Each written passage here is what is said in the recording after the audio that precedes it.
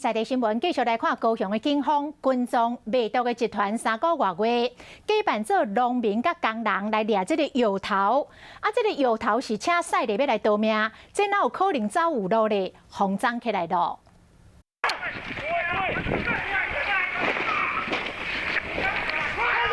高雄警方冲过来贩毒集团姓赵的主嫌打油门想要绕跑，详细看个把裤卖弄警车，遭外围刑警随去头前甲围捕。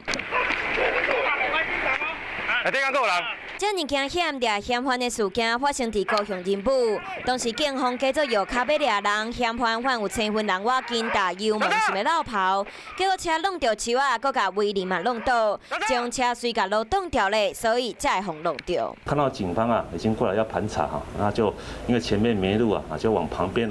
树林里面开进去警方伫几个月之前接到线报，有人伫社区内底咧卖毒，对几下摆了后，犯主嫌敢若伫偏僻较矮路和旧厝交易，所以假作是农夫或者是工地工人咧调查。主嫌为着要闪避追查，每10几天就换一台车。伊和女朋友嘛拢有咧食毒，为着帮助女朋友甲食毒的惯势改掉，伊搁开万外箍拍门锁，卖互女朋友有机会搁去接触到毒品。嫌犯知影毒品无好，所以搁做集团来卖毒，害人害己。